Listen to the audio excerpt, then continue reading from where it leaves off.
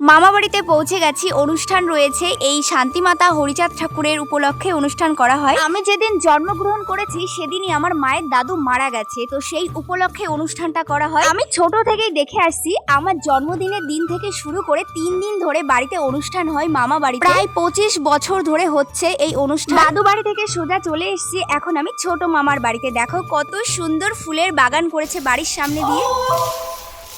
এই যে আমাকে সারপ্রাইজ দিয়েছে আমার ভাই বুনু মিমি সবাই, একটা ব্যাগ। কালকে আমার বার্থডে, আমাকে একটা হ্যাপি বার্থডে উইশ করে আমার পেছনে তুমি এখন স্কুলে যাচ্ছ? হ্যাঁ। সবাইকে একটু টাটা বলে দাও।